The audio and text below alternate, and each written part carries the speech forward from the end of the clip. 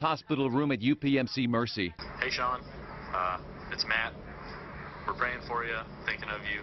Sean Ferguson receives an inspirational message from Matt Lickenbrock, the fellow student who saved his life. It just makes you feel so loved.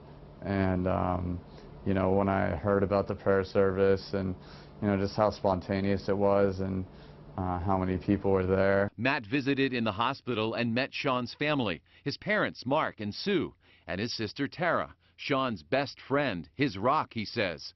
They never left his side. What this has done for our family to bring us closer together is just something that I know we're all going to look back on and, you know, cherish, you know, greatly. I had never been more afraid for somebody in my life than I was for Sean. Professor Jamie Obermeyer found Sean face down, not breathing. He helped flip Sean over so Matt could perform CPR. I believe in coincidence, but I also believe in God moments and in miracles.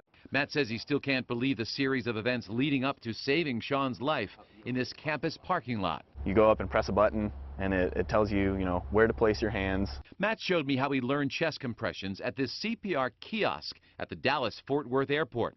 15 minutes practicing the technique, then 2 days later, having to do it for real. What was going through your mind? What were you telling yourself while you were doing this? They teach you that song, the Bee Gees song, Staying Alive, because that's the right rhythm. So you just try to sing that song in your head. And Can you sing it a little for me now? Oh, Can you go gosh. through the motion and tell me what you did? Yeah, you just staying alive, and you just keep that rhythm. It's one of those loud claps that make you just jump right out of your skin. The strike happened right outside the building where Father Jim Schimmelfenning lives. I don't know. God knew it was going to happen and set things in place to help Sean come through as he did. He stayed by Sean's side in the emergency room and ICU at Miami Valley Hospital, praying, keeping Sean's family informed till they arrived. It's enough to scare any parent, for sure, because you look at your son and you don't know what all this means. It meant Sean was in trouble. I mean, to see your child lying there all bandaged with, ventilator and not responding, and you know, all these doctors and nurses, and it was life and death for a couple days. God didn't set all this stuff up on the front end, only to have it not work out on the back end. Sean's father, Mark, was confident his son would pull through. He feels God used Matt to protect Sean. I don't feel that this is a tragic story. I think it's a good news story. It's a story that shows the role that God has and the fact that Sean and our entire family's been touched by his grace. Sean was soon airlifted back to Pittsburgh, his Stat Medevac pilot waking him up to take in the view. And I look out the window and we were turning at the perfect angle that we went around the point of the city.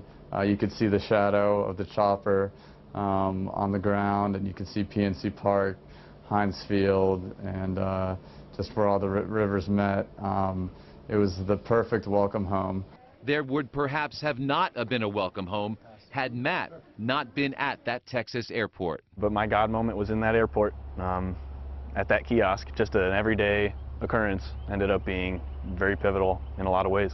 The difference between life and death. The difference between life and death. I have no doubt that Matt was there at that point in time for that specific reason. I have no doubt that you know, he saved my life. Now we know why they call him Sean Strong.